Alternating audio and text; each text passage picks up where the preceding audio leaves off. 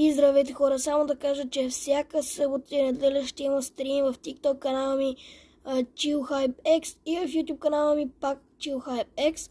Оставил съм линк към описанието на канала ми за TikTok канала ми.